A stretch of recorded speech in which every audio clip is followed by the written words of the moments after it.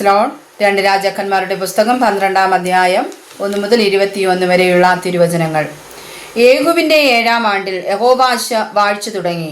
അവൻ യെരൂശലേമിൽ 40 സംവത്സരം വാണു. ബർശേബക്കാരത്തിയായ അവന്റെ അമ്മയ്ക്ക് സിബ്യ എന്നു പേർ. യഹോയാദാ പുരോഹിതൻ യഹോവാശിനെ ഉപദേശിച്ചു പോന്ന കാലത്തൊക്കെയും അവൻ യഹോവയ്ക്ക് ഇഷ്ടമായുള്ളത് ചെയ്തു. എങ്കിലും പൂജാഗിരികൾക്ക് നീക്കം വന്നില്ല. ജനം പൂജാഗിരികളിൽ യാഗം കഴിച്ചും ധൂപം കാട്ടിയും പോന്നു. യഹോവാശ പുരോഹിതന്മാരോട് യഹോവയുടെ ആലയത്തിൽ നിവേദിതമായി പിരിഞ്ഞു കിട്ടുന്ന ദ്രവ്യമൊക്കെയും ഓരോ ആളെ മതിച്ച വിലയും യഹോവയുടെ ആലയത്തിൽ ഓരോരുത്തരും കൊണ്ടുവരുന്ന സ്വമേധാദാനമായ ദ്രവ്യമൊക്കെയും ഓരോ പുരോഹിതനും താന്താന്റെ പരിചയക്കാരോട് വാങ്ങി ആലയത്തിന് അറ്റകുറ്റം കാണുന്നിടത്തൊക്കെയും അറ്റകുറ്റം തീർക്കണം എന്ന് കൽപ്പിച്ചു. എന്നാൽ യഹോവാശ രാജാവിന്റെ 23-ാം ആണ്ടിൽ പുരോഹിതന്മാർ ആലയത്തിന്റെ അറ്റകുറ്റം തീർത്തിട്ടില്ലായിരുന്നു. ആകയാൽ യഹോവാശ് രാജാവ് യഹോയാദാ പുരോഹിതനെയും ശേഷം പുരോഹിതന്മാരെയും വരുത്തി അവരോട്, നിങ്ങൾ ആലയത്തിന്റെ അറ്റകുറ്റം തീർക്കാതിരിക്കുന്നതെന്ത്? ഇനി നിങ്ങൾ നിങ്ങളുടെ പരിചയക്കാരുടെ ദ്രവ്യം വാങ്ങാതെ ആലയത്തിന്റെ അറ്റകുറ്റം തീർക്കേണ്ടതിന് അത് കൊടുപ്പിൻ എന്ന് പറഞ്ഞു.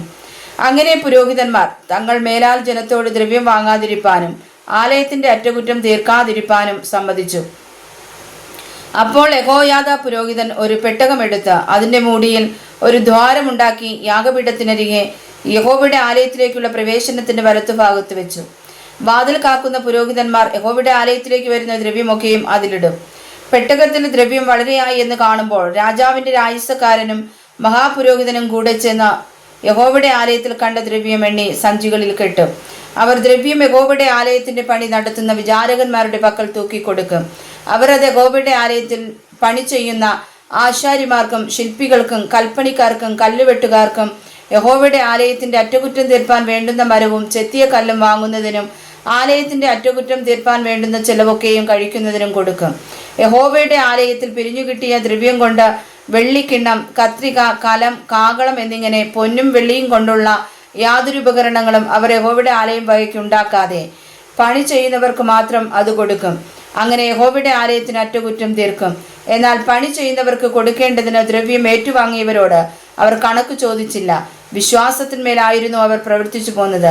അകൃത്യയാഗത്തിന്റെ ദ്രവ്യവും പാപയാഗത്തിന്റെ ദ്രവ്യവും യഹോവയുടെ ആലയത്തിൽ കൊണ്ടുവന്നില്ല. അത് പുരോഹിതന്മാർക്കുള്ളതായിരുന്നു. ആ കാലത്ത് അരാം രാജാവായ ഹസായേൽ പുറപ്പെട്ട് ഗത്തിനെ യുദ്ധം ചെയ്തു പിടിച്ചു. ഹസായേൽ യെരൂശലേമിന് നേരെയും വരേണ്ടതിന് ദൃഷ്ടിവെച്ചാറെ യഹൂദാ രാജാവായ യഹോവാശ് തന്റെ പിതാക്കന്മാരായ യഹോശാഫാത്ത്, യഹോരാം, അഹസ്യാവ് എന്നീ യഹൂദാ രാജാക്കന്മാർ നിവേദിച്ചിരുന്ന സകല നിവേദിത വസ്തുക്കളും താൻ നിവേദിച്ചിരുന്ന വസ്തുക്കളും യഹോവയുടെ ആലയത്തിലും ഭണ്ഡാരത്തിലും രാജധാനിയിലുമുള്ള പൊന്നൊക്കെയും എടുത്ത് അരാം രാജാവായ ഹസായേലിന് കൊടുത്തു. അങ്ങനെ അവൻ യെരൂശലേമിനെ വിട്ടുപോയി.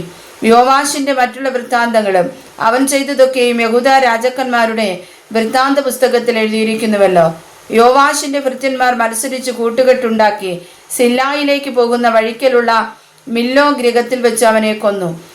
ശിമയാത്തിന്റെ മകൻ യോസാഖാർ, ഷോമോയരിന്റെ മകനായ യഹോസാബാദ എന്നീ ഭൃത്യന്മാരായിരുന്നു അവനെ വെട്ടിക്കൊന്നത്.